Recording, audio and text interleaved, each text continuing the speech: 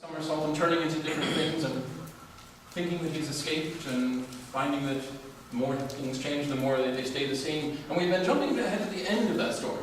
But there's always that little shred of hope left. The heart of the story, I think, is also that when you think the chase is over, it's not necessarily. It makes me think of 1865. Now, I'm sure many of you here, most of you perhaps, are familiar with a man named William Lloyd Garrison. He was one of the most outspoken, fire-breathing of the abolitionists. And for decades, Mr. Garrison published his newspaper, The Liberator, and pushed for freedom, for an end to slavery. And when we passed the 13th Amendment, he closed up shop. Now, he did say that he didn't think that the fight was really entirely over and there were things to be done, but he closed up shop. The mission of a liberator was done. Now, myself, I did not think that the 13th Amendment was the end of it. We still had a fight ahead to establish citizenship and the right to vote. 100 years still, as it turns out. And as one of our friends toward the back of it was saying, still, 140 some years later, still the story not quite entirely over, still the legacy of slavery and racism not perhaps entirely gone. So I would suggest there is a tendency to think that once you get to the north, once you get to a certain point, it will all be different, it will all be over.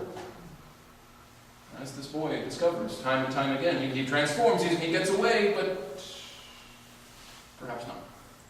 I had occasion to have acquaintance with William Lloyd Garrison. When I published my book, Poems on Miscellaneous Subjects, he wrote the preface. And then when I decided to publish it in Philadelphia in 1857, I believe I became a preface. A friend of Lucretia and James Mott.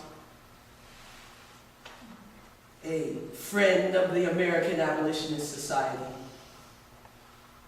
Fighting diligently to end that hideous thing called slavery. But as the book suggests, North may not be entirely the end of slavery,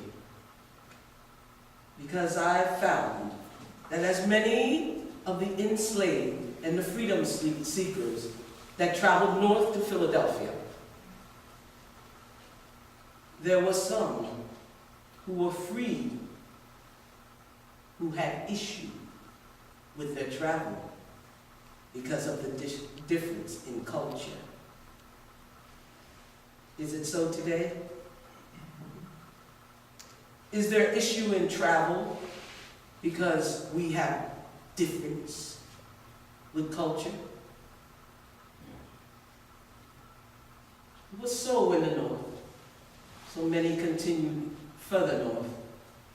It was not an easy thing. Freedom in the heart instead of north.